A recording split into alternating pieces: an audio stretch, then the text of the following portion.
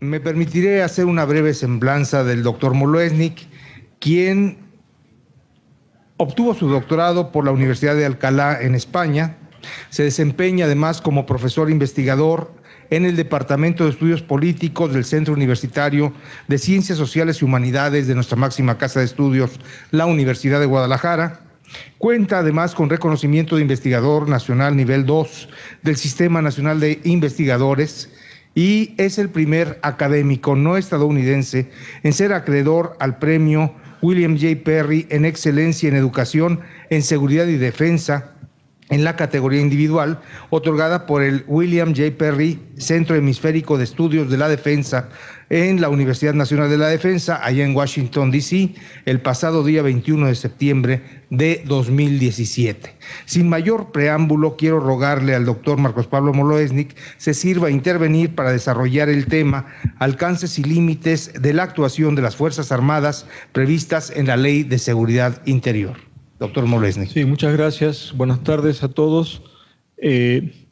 Bien, el día 21 de diciembre del año pasado, en el Diario Oficial de la Federación se publicó la Ley de Seguridad Interior, que en definitiva no es sino la ley reglamentaria del artículo 89, fracción sexta, que faculta al presidente de la República, en su calidad de comandante supremo de las Fuerzas Armadas, para disponer de las mismas, dice textualmente artículo 89, fracción sexta, para la seguridad interior y la defensa exterior de la Federación.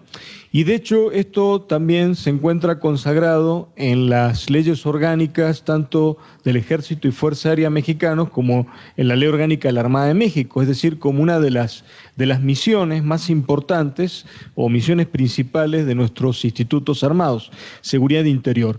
Entonces, a partir de la publicación de esta ley en el Diario Oficial de la Federación, se interpusieron una serie de recursos de inconstitucionalidad ante nuestro máximo órgano jurisdiccional, que es la Suprema Corte de Justicia de la Nación, quien todavía no se ha expedido sobre el particular, y por eso a nosotros nos parece que puede ser interesante llevar a cabo algunas reflexiones sobre el particular.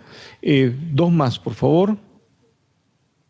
Bueno, acá tenemos, por ejemplo, una declaración pública del titular de la Secretaría de la Defensa Nacional, donde hay un compromiso de respetar los derechos fundamentales de las personas. El problema es qué pasa cuando las Fuerzas Armadas, que es la máxima intensidad del uso de la fuerza del Estado como un instrumento coercitivo que tiene el Estado como detentador del monopolio legítimo de la fuerza, actúan en niveles más bajos, porque lo que yo quiero decir es que al militar o al marino se lo prepara para hacer la guerra. Y de acuerdo a Karl von Clausewitz, considerado el filósofo de la guerra de Occidente, por esta obra monumental titulada De la guerra, su famosa frase que está en el libro séptimo, titulado La guerra como instrumento de la política, que reza así: la guerra es la continuación de la política por otros medios. Es decir, lo que Clausewitz nos quiere decir es que la guerra es la política misma que sustituye la pluma por la espada, es decir, la política con derramamiento de sangre. Dicho en otras palabras, al militar se lo prepara entonces para hacer la guerra. Y justamente una de las grandes diferencias entre la profesión militar y la profesión policial es que tanto en la planeación o el planeamiento militar como en el uso de la fuerza y sobre todo en las capacidades o medios que el Estado le otorga a las Fuerzas Armadas, estamos hablando de armas pesadas o sistemas de armas pensadas. Estoy hablando de armas convencionales de uso militar, como por ejemplo blindados, tanques, artillería, fragatas en el caso de la Armada, aeronaves de combate, que, digamos, lo van a separar y diferenciar de la profesión policial, cuyo fin último es justamente lo contrario, es preservar la vida humana, ¿no? Entonces, la que sigue, por favor, vamos al objetivo. Vamos al objetivo. Bien, entonces lo que yo intento o intentaré demostrar es que la actual discusión o debate sobre esto de la seguridad interior lo que busca en definitiva es dotar de un manto de protección legal a las Fuerzas Armadas que de facto y al margen de la declaratoria del estado de excepción que está consagrado en el artículo 29 constitucional, desarrollan en realidad funciones en el ámbito de la seguridad pública. Lo que yo voy a tratar de demostrar es que en realidad esta categoría o término seguridad interior es un resabio decimonónico, es decir, es un resabio que ha logrado, que lo encontramos ya en la Constitución de 1824, que, digamos, a lo largo del siglo XIX aparece en las leyes fundamentales o leyes supremas de la Nación, y que curiosamente logró sobrevivir a los trabajos del Constituyente del 5 de febrero de 1917. Pero la verdad es que en el siglo XIX, seguridad interior no era sino sinónimo de seguridad pública, o sea, se utilizaba indistintamente el término seguridad interior y seguridad pública. Sin embargo, también es cierto que los militares, que por una decisión, no hay que perderlo de vista, de naturaleza o de carácter político, son comprometidos a desempeñar misiones y funciones de naturaleza policial o parapolicial, sí que los militares necesitan contar con un manto de protección legal en sus actuaciones. Y si no, fíjense ustedes lo que ha ocurrido recientemente en Brasil, cuando al más alto nivel de conducción política el presidente ha tomado la decisión de comprometer a las Fuerzas Armadas para lo que se llama garantía de ley y de restablecimiento de ley y orden, que está consagrada en la Constitución de la República Federativa de Brasil, porque la policía militar y la policía civil, ojo con esto, policía militar en Brasil es la policía uniformada, o sea, la policía preventiva, como le denominamos en México, y la policía civil es la policía investigadora o policía ministerial, auxiliar del Ministerio Público. En definitiva, estos dos instrumentos coercitivos del Estado brasileño, en el caso de Río de Janeiro, han sido rebasados. Hay espacios que se conocen como favelas, que son asentamientos irregulares, donde la capacidad de fuego y de letalidad, particularmente del narcotráfico, que ejerce un control territorial efectivo, ha obligado entonces al gobernador del Estado de Río de Janeiro a solicitar al presidente de Brasil la ayuda, en este caso a las autoridades civiles, por parte de las Fuerzas Armadas. Y curiosamente, la doctrina del Comité Internacional de la Cruz Roja es muy clara.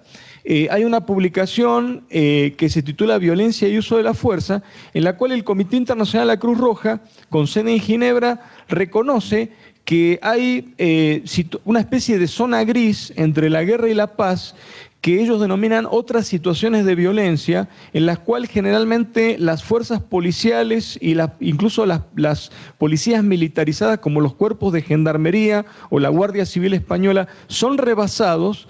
Y aunque eso no llega todavía a considerarse conflicto armado, porque no cumple con las condiciones para ser conflicto armado, sí que el Estado dice de manera excepcional, porque son situaciones esporádicas, excepcionales, el Estado puede responder excepcionalmente con el uso intensivo del poder militar.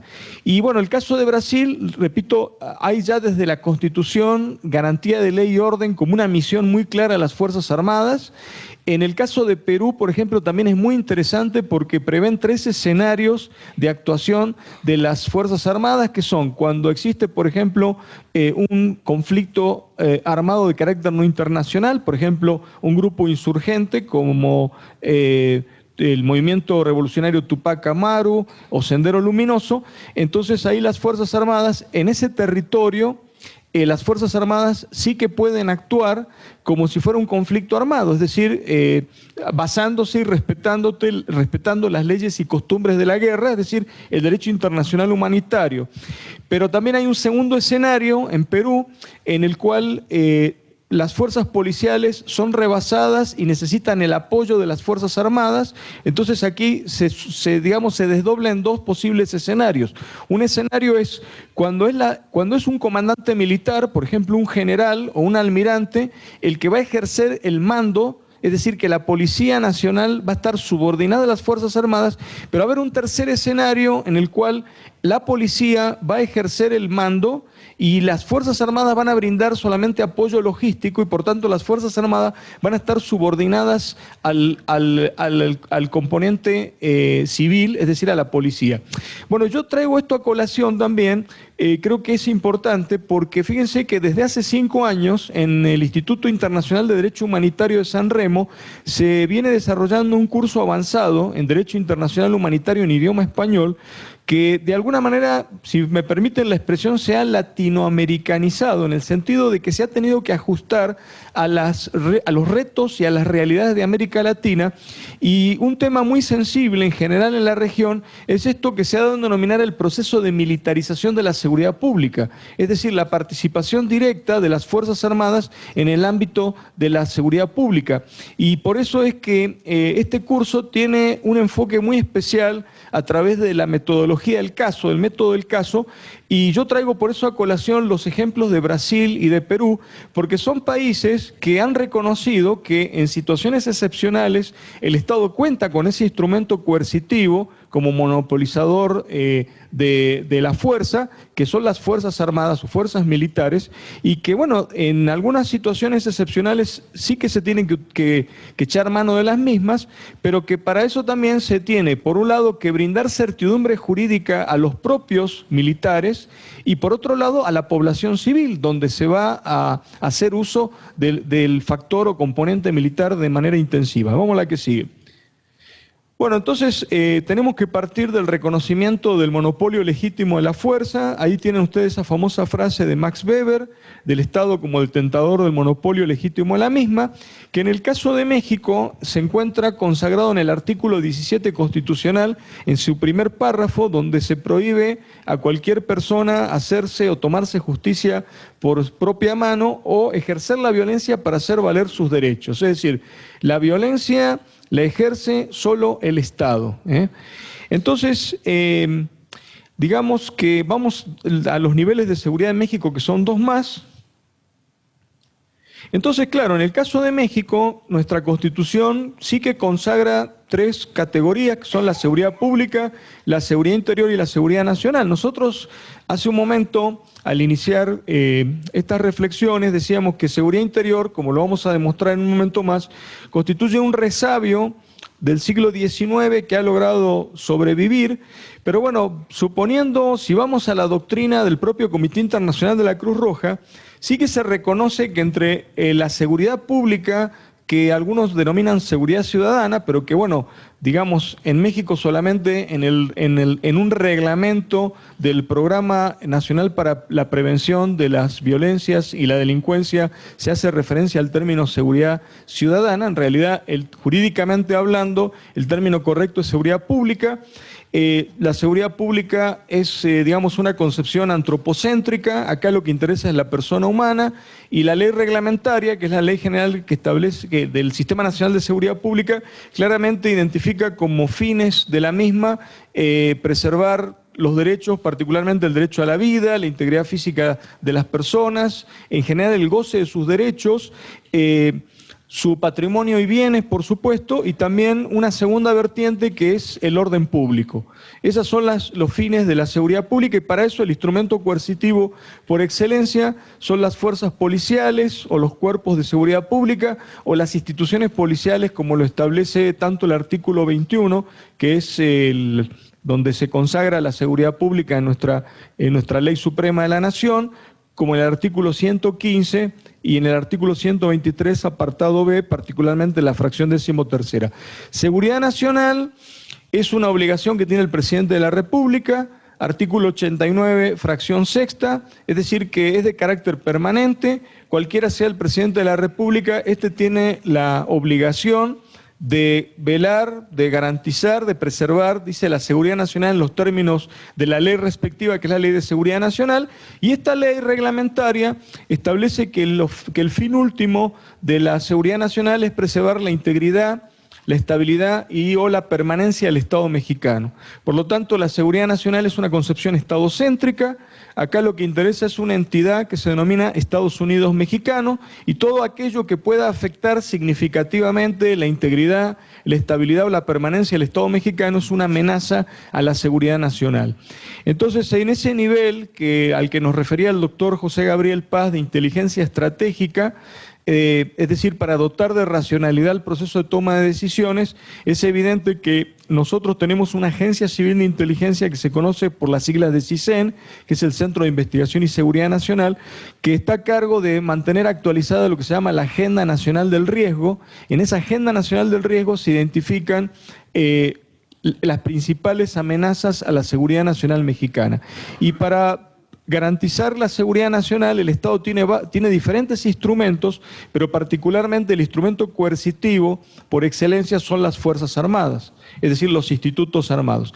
Y decía yo que, bueno, la verdad es que hay que reconocer que el Comité Internacional de la Cruz Roja dice, entre la seguridad pública o seguridad ciudadana y la seguridad nacional, hay como una especie de zona gris que se caracteriza por tensiones, disturbio y violencia interior, cuyo ejemplo en América Latina viene dado por lo que se conoce como la región del Triángulo Norte Centroamericano, que es la región más violenta del orbe, donde confluyen las fronteras de Guatemala, El Salvador y Honduras, donde ustedes pueden consultar una publicación de ACAPS, por sus siglas, que se publicó en el año 2014, donde demuestran que los efectos humanitarios de estas otras situaciones de violencia, OSB, como lo denomina el Comité Internacional de la Cruz Roja, puede ser los efectos humanitarios pueden ser más catastróficos y de mayor permanencia que las de un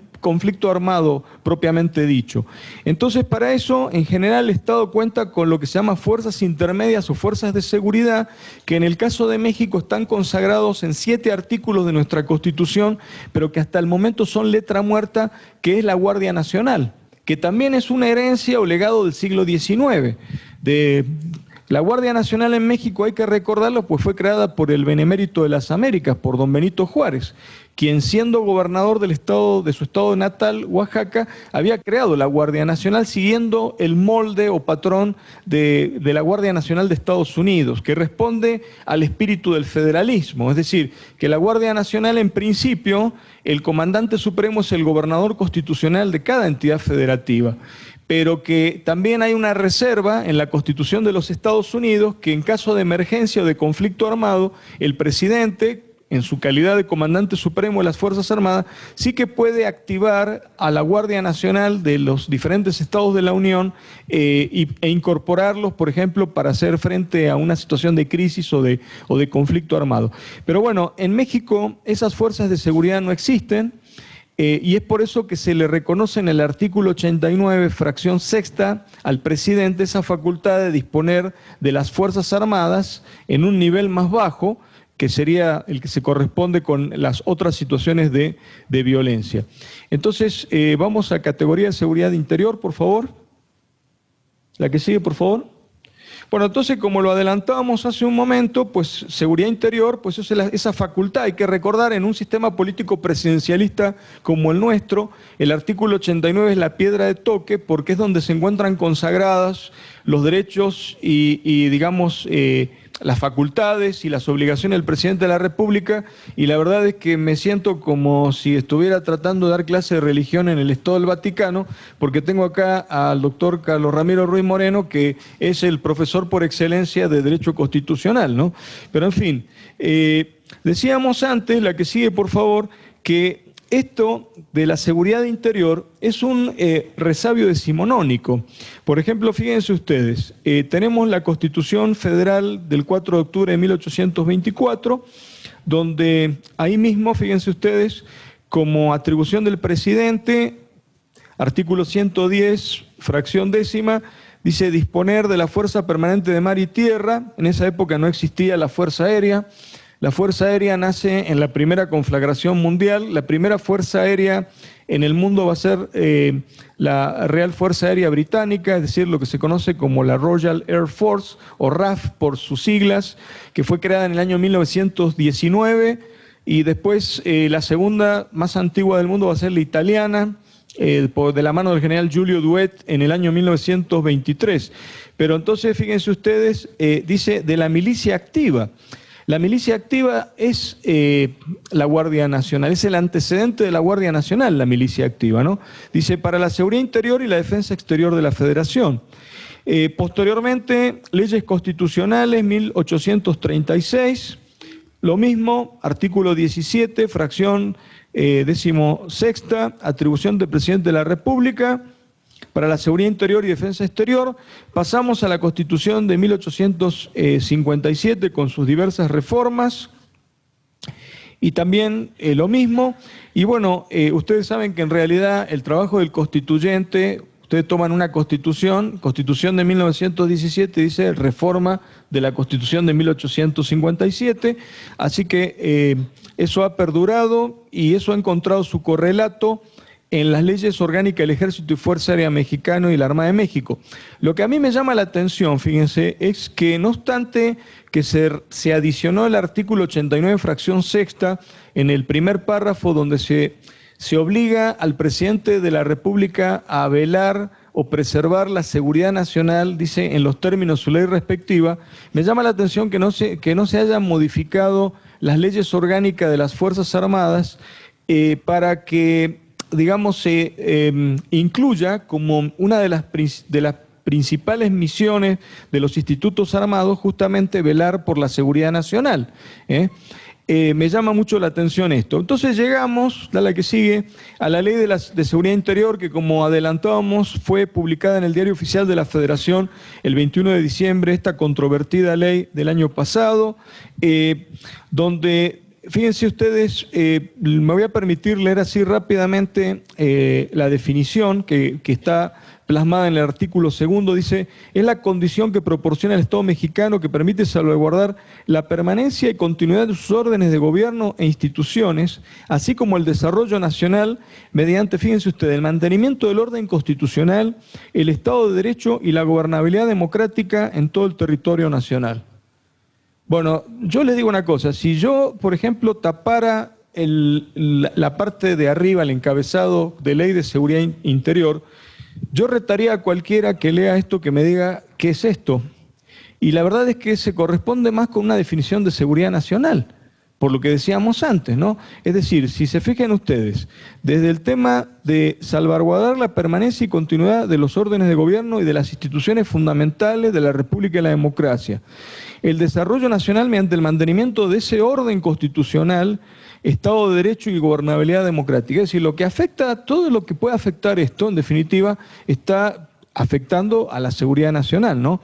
Pero es que lo que pasa es lo siguiente, que la definición de seguridad interior ha sido literalmente copiada de dos programas sectoriales, que son el programa sectorial de la Defensa Nacional vigente y el programa para la seguridad nacional. Por ejemplo, fíjense ustedes, vamos a la que sigue.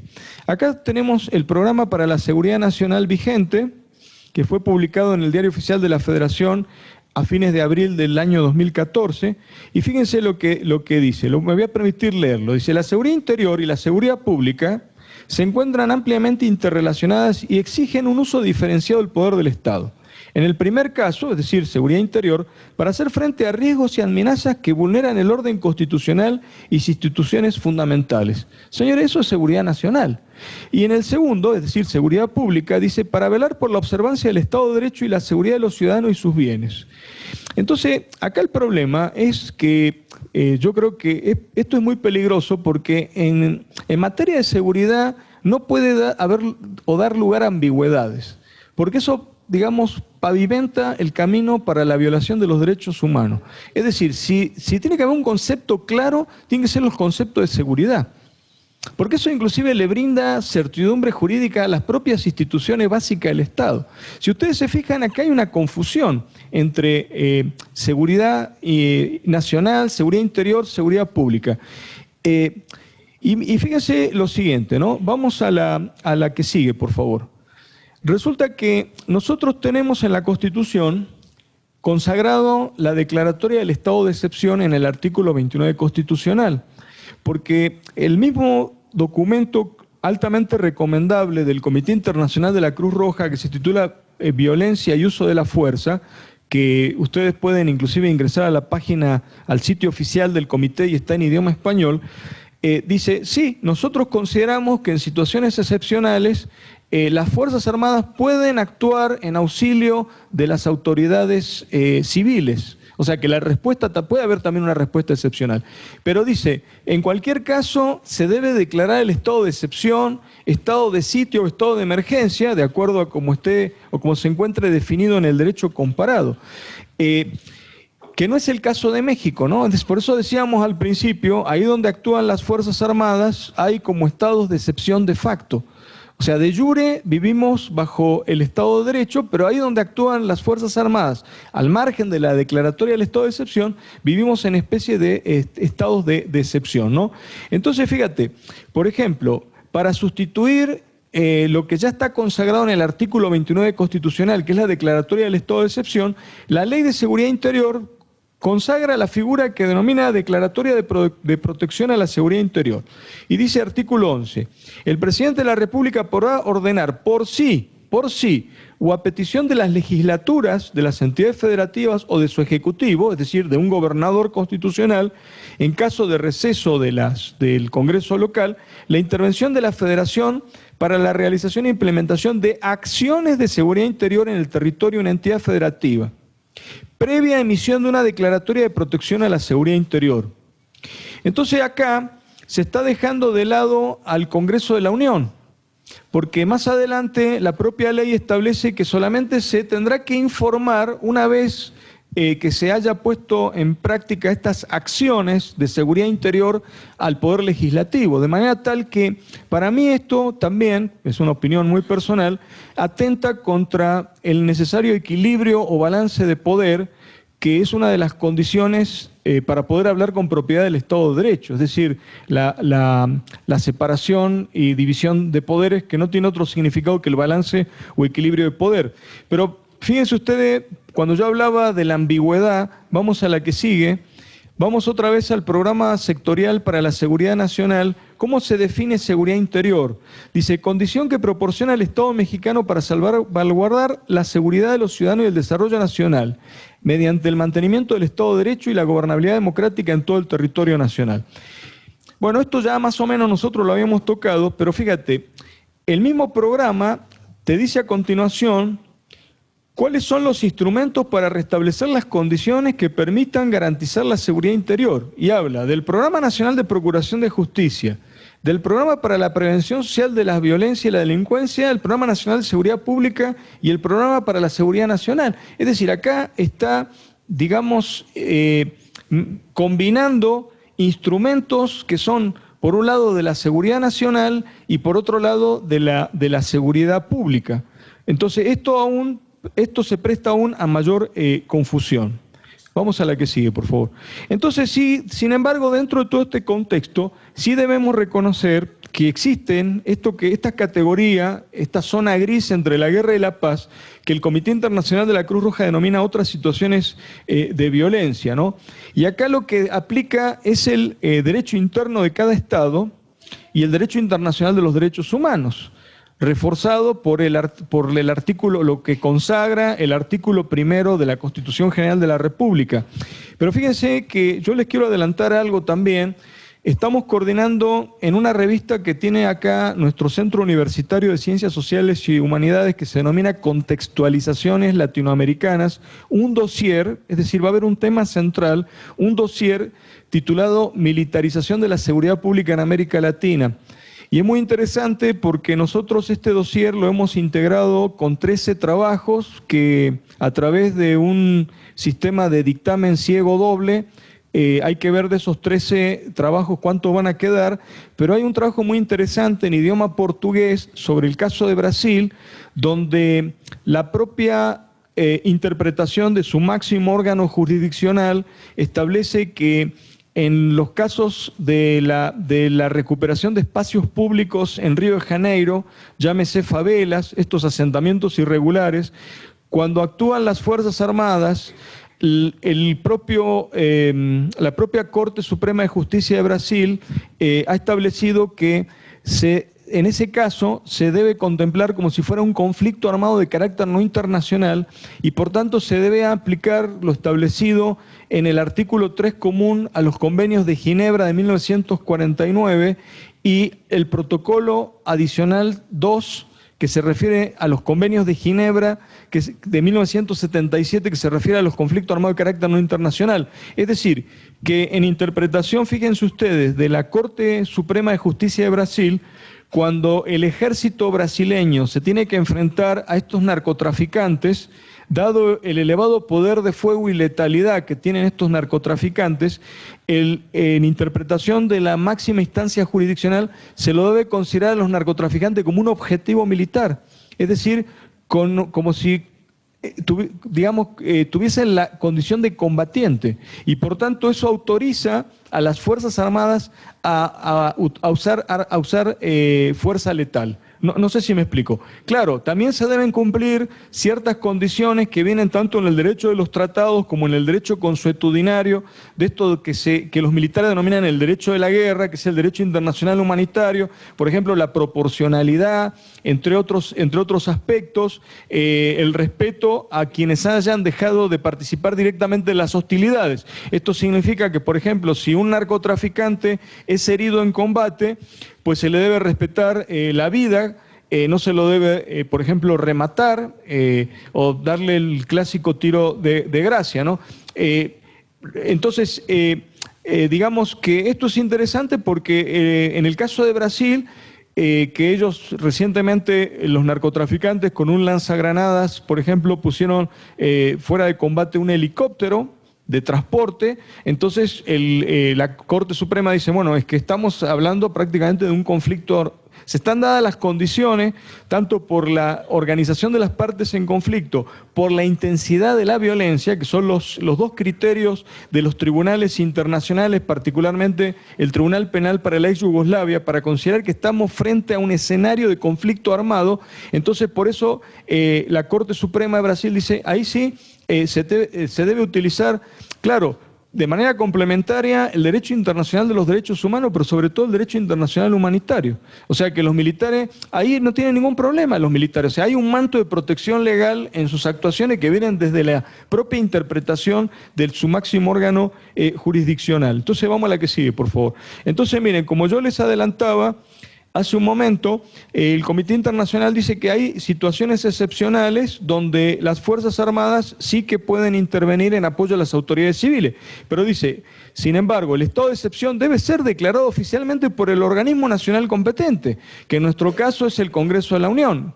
La última vez que se declaró un estado de excepción en México fue en el año 1942, cuando como consecuencia del hundimiento de los buquetanques petroleros Faja de Oro y Potrero del Llano, ¿te das cuenta? Eso es un buen profesor de Derecho Constitucional, tiene toda la información. Entonces, y al no encontrar una respuesta satisfactoria por parte del gobierno del Tercer Reich, del Tercer Imperio de Berlín, entonces fue cuando el entonces presidente de México, el general Manuel Ávila Camacho, solicitó al Congreso de la Unión la declaratoria de guerra, o sea, se le declaró la guerra oficialmente al eje y se estableció el estado de excepción en todo el territorio nacional, porque México se convirtió en país beligerante.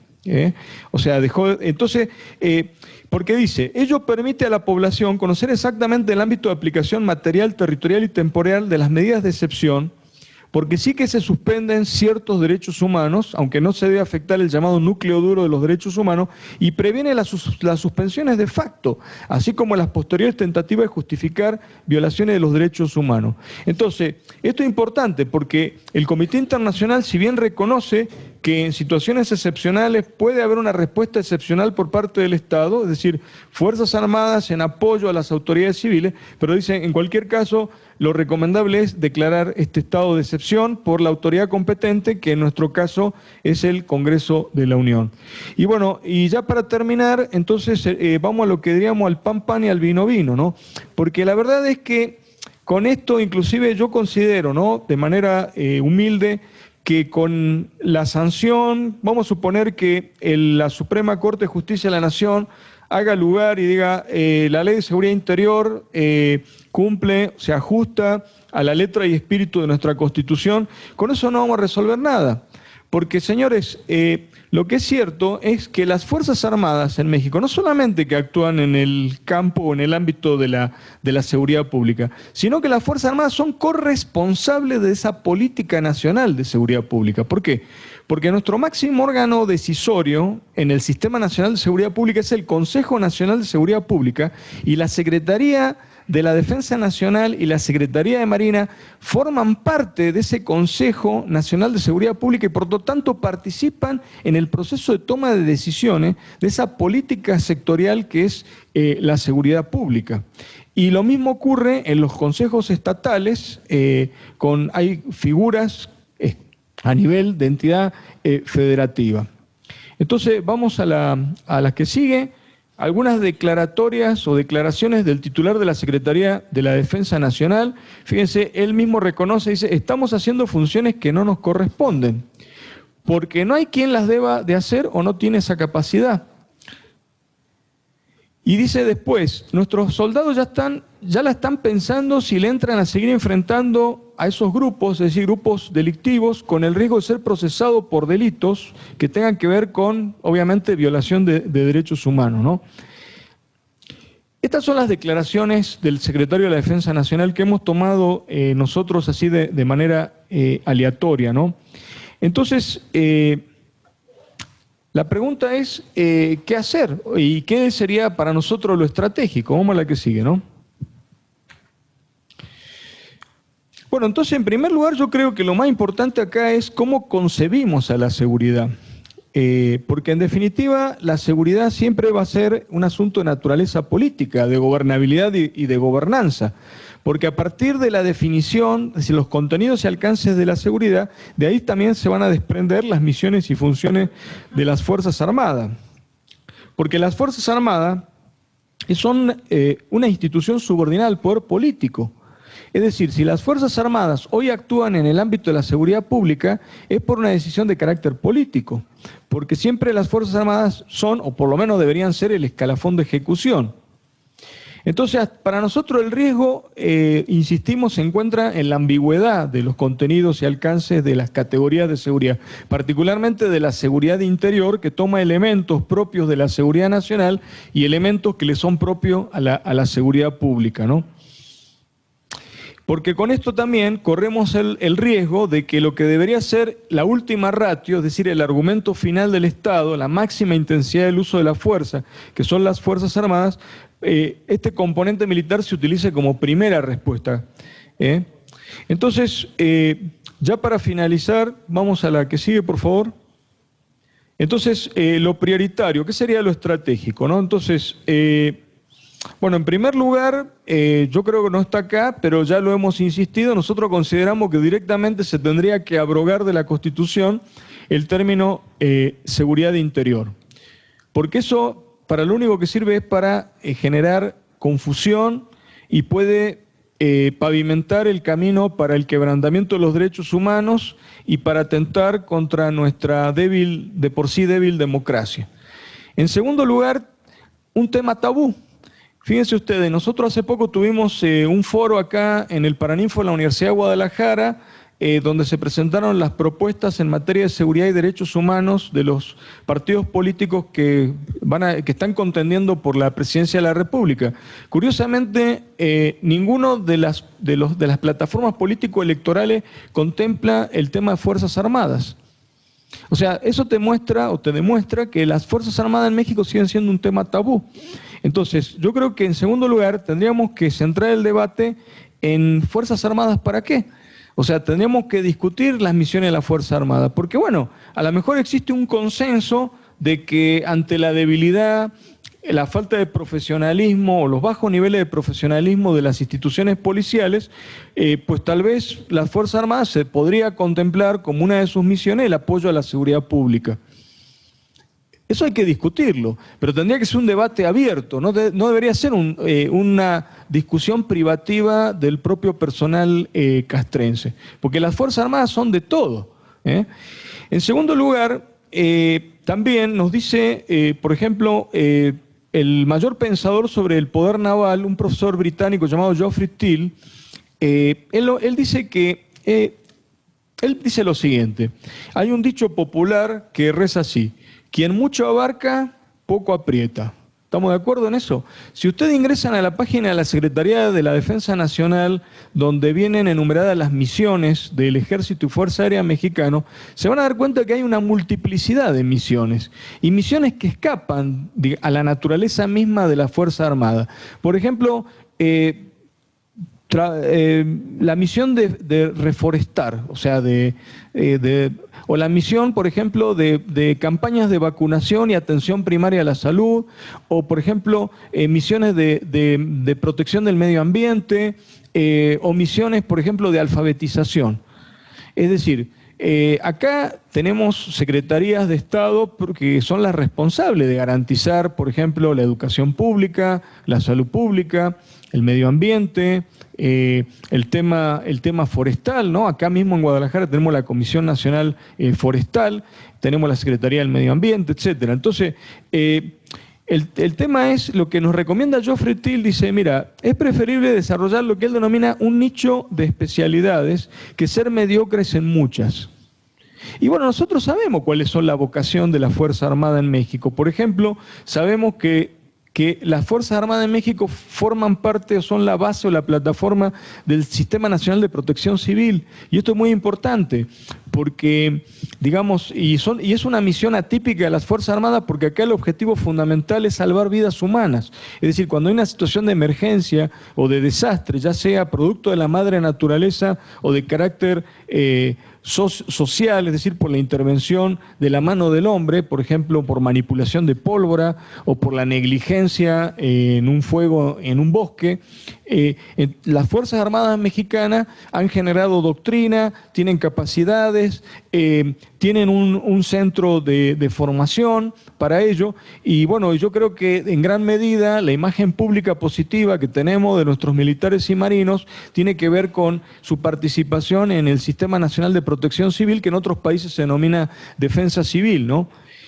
Y bueno, entonces todo esto nos dice que debería, en la reforma del Estado, incorporarse también en la agenda de reforma del Estado la reforma militar, donde, insistimos, deberían participar obviamente los propios militares como los civiles, por ser un tema vitalmente necesario, pero a partir de una clara definición de las categorías de seguridad, que para mí son la seguridad nacional, que tiene como fin preservar la integridad, la estabilidad y la permanencia del Estado mexicano, por un lado, y la seguridad pública, cuyo fin último es preservar la vida humana, la integridad física de las personas, el derecho, el goce de los derechos, su patrimonio y bienes, y también la tranquilidad y el orden público. Por su atención, muchas gracias.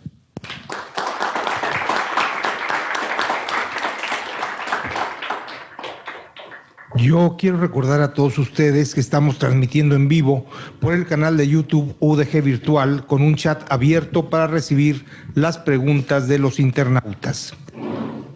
A continuación, invitamos a los aquí presentes a presentar sus cuestionamientos al doctor Marcos Pablo Moloesnik. Por favor. Sí, muchas gracias. Gracias. Sí, gracias. Bastante interesante toda la exposición, doctor. Muchas gracias.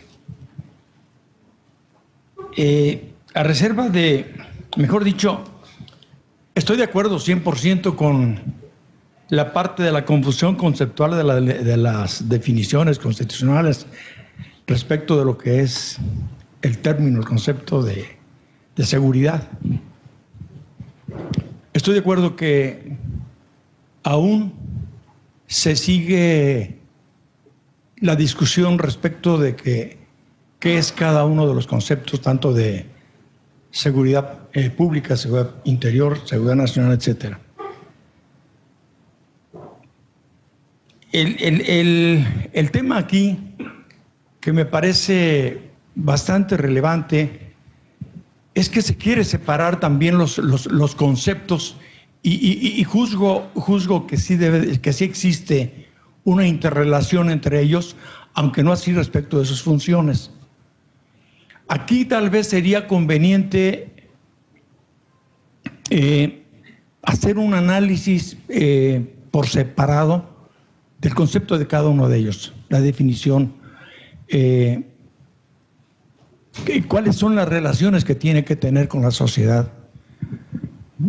Hay un libro en el cual usted participó y utilizando la exposición del doctor Gabriel Paz respecto de la inteligencia. El título es Inteligencia Policial. Es del doctor Pablo Guerrero, si no recuerdo mal. Ahí plantea, el doctor Guerrero plantea de cuál debe de ser la función del policía, no solamente del policía que ahora se le llama de acercamiento con la comunidad, sino plantea también otro tipo de funciones que debe de tener la policía, no solamente de carácter reactivo, sino también de carácter preventivo. A mí me parece que el conflicto, o mejor dicho, todas estas definiciones que han traído hasta ahora en la Constitución vienen de atrás. Es decir, no ha existido un planteamiento muy sólido respecto inclusive de cuál debe de ser la función de la policía preventiva. Todavía estamos hablando y escribiendo y diciendo de todo lo que la policía preventiva debe de hacer, de todo lo que la función de la policía de investigación tiene que hacer. Y así nos vamos en cada uno de los conceptos y nos encontramos en un conflicto. Entonces, mi pregunta va en el sentido de que en este planteamiento de inteligencia policial que plantea el doctor Guerrero, en donde dice que la seguridad nacional podría conformar una parte de la función policial. Está claro que el problema grave tanto de Perú como de Brasil como de México estriba en el momento que las fuerzas fueron rebasadas, vamos a decirlo así, las autoridades de cada uno de los países fueron rebasadas por el crimen organizado. En ese momento hay confusión desde el momento en que las bases no están bien estructuradas. Entonces, el doctor Guerrero precisamente dice, bueno, vamos considerando también la fase de las fuerzas militares, tanto la Marina como el Ejército, para ver cómo complementamos. A mí me da la impresión que las autoridades mexicanas de repente, al verse rebasados, dijeron, bueno, pues no tenemos profesionalización completa dentro del estado de fuerza nacional, entonces vamos utilizando lo que sea y después sacamos el reglamento o la ley, ¿no? Como fue, es decir, la ley, ahora sí que después del niño ahogado vamos a tapar el pozo, que es justamente a mi manera de ver también una de las causas porque ese conflicto de falta de definición de los conceptos de seguridad. Entonces mi pregunta, doctor, directamente va en el sentido, bueno, que realmente no habrá algunas características dentro de la estructura de seguridad nacional que pudieran apoyar al estado de fuerza preventivo y reactivo. Bien, voy a tratar de resumir así lo que yo pienso de todo esto. Yo creo, o intenté explicar, que tanto la Ley de Seguridad Nacional como la Ley General del Sistema Nacional de Seguridad Pública sí que definen claramente los contenidos y alcances, el fin último de la seguridad pública y la seguridad nacional. No así el término de seguridad interior, que es un término muy ambiguo, que más bien lo que genera es confusión. Claro que hay una relación entre los diferentes, no son compartimentos estancos, claro que hay una relación entre las diferentes categorías de seguridad. Por ejemplo, un asunto que normalmente sería de seguridad pública, o sea, que está tipificado como delito, por ejemplo, delitos contra la salud, hoy en México se identifica como la principal amenaza a la seguridad nacional, que es el narcotráfico. Entonces puede ocurrir que un asunto, que en una situación, vamos a decir, normal, sería de seguridad pública, se pueda elevar a la categoría de seguridad nacional. Creo que el tema está también muy claro en el artículo 21 constitucional, donde se establece, y después esto se refuerza en su ley reglamentaria, que las 3 funciones de la policía son de prevención, de investigación y de reacción, ¿no? Entonces, es evidente que acá aparece lo que el doctor Paz denominaba como una inteligencia sectorial, la inteligencia policial, porque bueno, necesitamos inteligencia para la prevención, necesitamos inteligencia para contribuir a la resolución o persecución de un delito, la investigación, y también en caso de que se ponga en entredicho, se cuestione la tranquilidad del orden público a través de la reacción, ¿no? Yo creo que en particular durante el sexenio encabezado por Felipe Calderón, la policía fue subsumida en la lógica de la seguridad nacional y eso le causó, yo creo que eso desnaturalizó las funciones policiales, porque la metió en la lógica de la seguridad nacional. Ejemplo de ello es que hoy la gran mayoría de las policías estatales son policías militarizadas, es decir, que son policías que tienen un perfil de fuerza intermedia. Inclusive la llamada Fuerza Civil de Nuevo León, de civil lo único que tiene es el nombre, es una policía totalmente militarizada. Y yo no sé si eso está bien o está mal. Yo lo que sí sé es que eso va en contra de la letra y espíritu de la Constitución, porque el artículo 21 constitucional establece que la policía será disciplinada, profesional y civil. Entonces nosotros podemos estar o no de acuerdo con el constituyente permanente, pero acá se tomó la decisión de que la policía en México debe responder al perfil de una policía civil. Por otra parte, a diferencia de los militares y marinos, al policía, al agente del Ministerio Público y a los peritos no se le garantiza la estabilidad y la seguridad laboral, porque en virtud del artículo 123, apartado B, fracción 13ª, se establece que pueden ser libremente removidos. Y también, además, aclara que aunque esa separación haya sido injusta, en ningún caso procederá a la reinstalación. Entonces, esto ha sido además ratificado por la Suprema Corte de Justicia de la Nación, de manera tal que si no existe un subsistema de garantías, si al policía, al fiscal y al perito no se le garantiza, no se le dota no se le reconoce el debido proceso, que forma parte del núcleo duro de los derechos humanos, pues para mí acá hay un problema muy serio, ¿no? Porque ¿cómo vamos a pretender que el policía respete los derechos humanos del resto de la sociedad cuando nosotros mismos no le estamos respetando sus propios derechos? Bueno, en definitiva, yo no sé si respondí a su pregunta, pero por lo menos me sirvió para decir lo que yo quería, así que no... Muy bien. Hay tres preguntas del público. La primera de Ludwig Solís. De alguna manera se vinculan. ¿Qué se necesita para que se pueda aplicar, yo creo que es el concepto de seguridad ciudadana, en vez del de seguridad pública? Y también pregunta, ¿qué importancia tendría seguridad ciudadana dentro de la Ley de Seguridad Interior? La segunda de Óscar Bernache. Pregunta, ¿la seguridad interior entonces fue diseñada para hacer legal el uso de las Fuerzas Armadas y no se violentaran los derechos y libertades de los ciudadanos, como en el caso de Tlataya? Y de Adiel Sánchez. En seguridad interior, ¿cómo se distingue cuando hay una verdadera amenaza para la marcha del país o cuando es un problema de seguridad pública? Bueno, vamos de atrás para adelante, vamos a la última. ¿Quién determina si estamos ante una amenaza o es un problema de seguridad pública? El presidente de la República.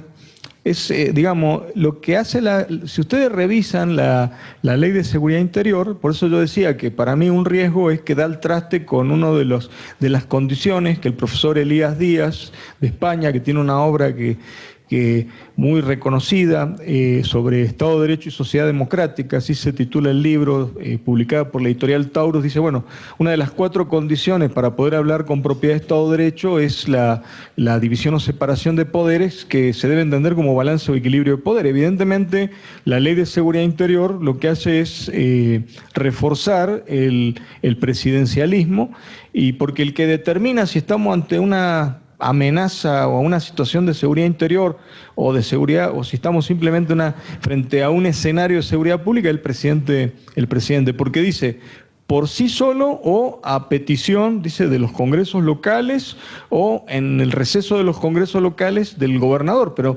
también, digamos, se le reconoce al presidente que él por sí solo puede hacer uso de esto de la declaratoria de situación de seguridad interior. Bueno, la segunda, sobre el tema también sobre la Ley de Seguridad Interior, bueno, en definitiva, hay que decirlo también, ¿no? O sea, esta ley que adolece de técnica legislativa, en definitiva, los mismos legisladores reconocen que la iniciativa procede de la Secretaría de la Defensa Nacional. O sea, esta ley nació y prácticamente no sufrió ningún tipo de modificación, tal como llegó de la Secretaría de la Defensa Nacional. Yo creo que hay una demanda legítima de los militares. Los militares, digamos, hay una responsabilidad política. La decisión es política de empeñar o comprometer a los militares, sin declarar el estado de excepción que consagra el artículo 29 constitucional. Entonces los militares dicen, bueno, hoy no hay problema porque nos necesitan, pero no sabemos qué va a pasar el día de mañana. O sea, el día de mañana llega un nuevo presidente que nos puede llamar a rendir cuentas, cuando nosotros como escalón de ejecución nos limitamos a cumplir órdenes de nuestro comandante supremo, que es el presidente de la República. Hay casos donde ni siquiera las órdenes son escritas. Por ejemplo, la Secretaría de Marina.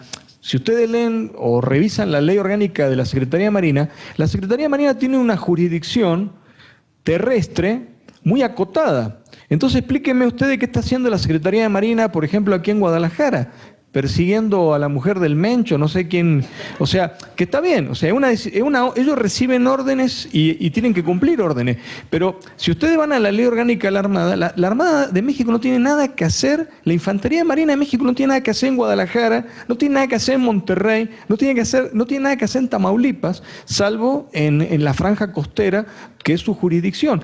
Ahí no hay una orden escrita, o sea, es una orden verbal que el presidente le transmite al secretario de Marina. ¿Te das cuenta? Entonces, en definitiva, hay una legítima demanda por parte de los militares que dicen, ok, nosotros vamos a seguir cumpliendo órdenes, pero nosotros necesitamos un manto de protección legal, como lo tiene Brasil, como lo tiene Perú, y nosotros, entonces por eso es que pues ellos proponen, y se aprobó, o sea, publicó inclusive en el Diario Oficial de la Federación el 21 de diciembre del año pasado, esta Ley de Seguridad Interior. Yo estoy de acuerdo, o sea, si vamos a seguir utilizando pero yo digo, ¿por qué no empezamos discutiendo si esto que tendría que ser excepcional va a ser de carácter permanente? Entonces tiene que haber una ley que establezca claramente y que brinde ese manto de protección legal a las actuaciones de los militares, ¿no? Y bueno, respecto a la otra pregunta, si sustituimos seguridad pública por seguridad ciudadana, y bueno, eso también tendrá que ser una decisión del Poder Legislativo. Hasta ahora en México, repito, existen 2 categorías de seguridad, a excepción que ahora hay que ver lo que resuelva los ministros de la Suprema Corte de Justicia respecto a estos recursos de inconstitucionalidad que se han interpuesto respecto a la Ley de Seguridad Interior. Pero hasta ahora solamente existe seguridad pública y seguridad nacional.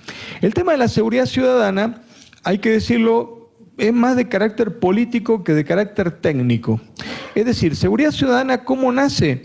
Pues hay un libro que se publicó interesante en la Escuela de Administración Pública del Distrito Federal que se titula ¿Qué es la seguridad ciudadana?, que ustedes pueden buscar y consultar en Internet. La seguridad ciudadana nació como una reacción contra la famosa doctrina de la seguridad nacional, que digamos, respondió a un momento histórico que fue la Guerra Fría o la era bipolar, el conflicto este-oeste, en el cual muchos regímenes autoritarios, inclusive muchos regímenes de facto, es decir, gobiernos encabezados por militares, particularmente en Centroamérica y en Sudamérica, incluyendo Brasil, porque no debemos perder de vista que Brasil estuvo bajo gobierno militar de 1964 hasta el año 1985. A veces uno no se da cuenta y pierde porque hay una pérdida de memoria histórica. Pero los militares en Brasil gobernaron durante más de 2 décadas, poco más de 2 décadas, desde que depusieron al gobierno de João Goulart en 1964 a 1985. Entonces, bueno, frente a las draconianas leyes de seguridad nacional y de vigencia de estado de excepción o estado de sitio en esos países, entonces cuando llega la democracia en esos países, hay una reacción por parte de la clase política y se acuña el término seguridad ciudadana, que se pone el acento en la persona humana, o sea, como que el ciudadano, digamos, debería ser el centro y la preocupación y el respeto de los derechos humanos, etcétera, y va a ser una reacción histórica contra el concepto tradicional de seguridad nacional en estos regímenes de excepción o regímenes autoritarios. Bueno, hay muchos países donde la ley de seguridad pública se denomina ley de seguridad ciudadana. A mí, la verdad es que el término, si se llama seguridad pública o llámese seguridad ciudadana, para mí lo importante es la definición, o sea, la concepción, que el término sea claro y no se preste a ambigüedades. O sea, que los contenidos y alcances sean muy claros para cualquier ciudadano, pero particularmente para la propia autoridad, para evitar que se den condiciones o intersticios que permitan el quebrantamiento de los derechos humanos.